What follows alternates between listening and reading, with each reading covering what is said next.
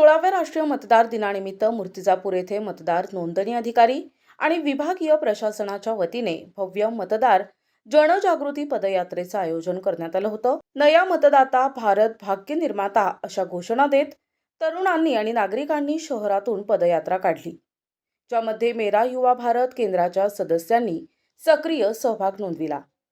या भव्य पदयात्रेची सुरुवात श्री छत्रपती शिवाजी महाराज चौक येथून झाली।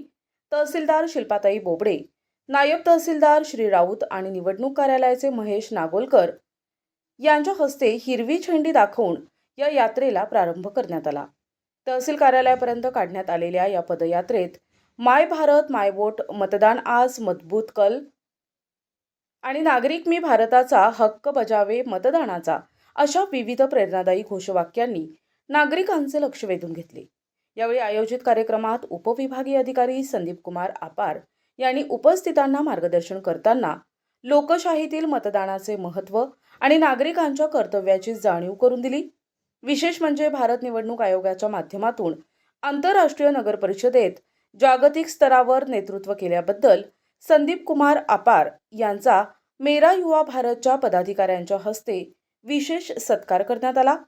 कार्यक्रमाच्या शेवटी सर्व उपस्थितांना मतदानाची शपथ देण्यात आली आणि राष्ट्रगीताने या सोहळ्याचा समारोप झाला। प्रतिनिधी अहम रजा, NTV न्यूज मराठी, मूर्तिजापूर, अकोला।